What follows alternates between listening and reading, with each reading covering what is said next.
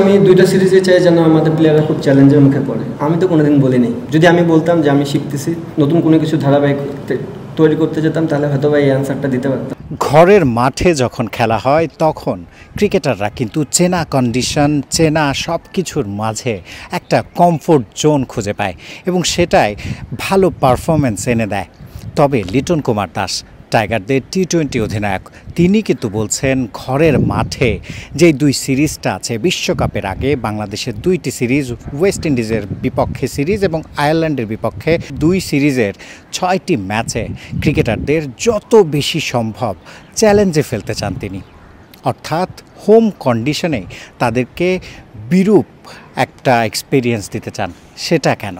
কারণ লিটন কুমার দাস বলছেন স্বপ্নটা বড় দেখছেন।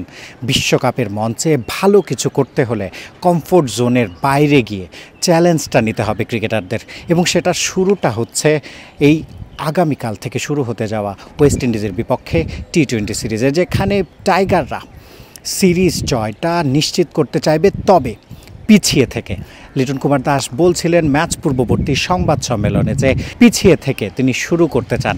কিভাবে সেটা চ্যালেঞ্জটা দিতে চান, যখন বোলাররা বল করবে তখন বোলারদের চ্যালেঞ্জ দিতে চান, যখন ব্যাটাররা ব্যাট করবে তাদেরকেও চ্যালেঞ্জটা দিতে চান, এবং সেভাবে কমফোর্ট জোনের বাইরে গিয়ে বড় কিছু অ্যাচিভ করার চেষ্টা।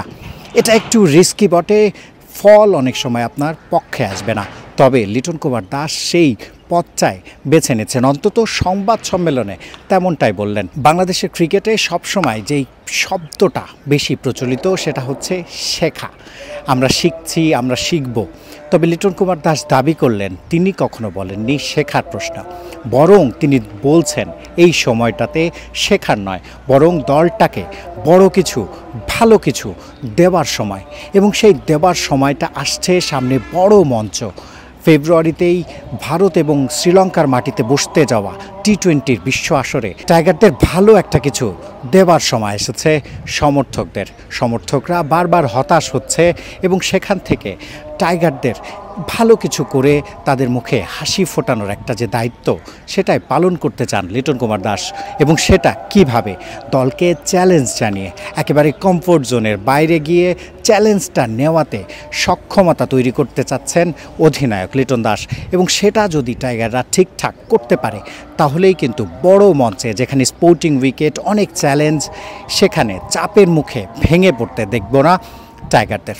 তিনি রিশাদ হোসেনের কথা বলছিলেন যে তিনি ওয়ানডেতে ব্যাটিংটা যেভাবে করেছেন, টি-20তে সাম্প্রতিক অতীতে তার ব্যাটিংটা সেভাবে হচ্ছে না। তিনি আশা করছেন যে রিশাদ হোসেন তার পোটেনশিয়ালটা বুঝবেন এবং তিনি টি-20তেও ব্যাটিংটা ভালো মতো করবেন। বোলিংটা তো আছেই, সেক্ষেত্রে ব্যাটিংটা যদি আরেকটু ভালো করেন টি-20তে, সেটা দলকে উপকৃত করবে। এরকম বোল্ড অনেক কিছুই আজকে কিন্তু সংবাদ সম্মেলনে লিটন কুমার দাস বলেছেন। তবে সংবাদ সম্মেলনে বলা সব কথা ম্লান হয়ে যায় যদি মাঠের খেলায় পারফরমেন্সটা ঠিকঠাক না হয়। লিটন কুমার দাসরা শুধু কথায় নয়, কাজেও সেটা করে দেখাবেন, সেটাই তো দর্শকদের প্রত্যাশা। শিহাব আহসান খান, ক্রিকেট 97, সাগরিকা, চট্টগ্রাম।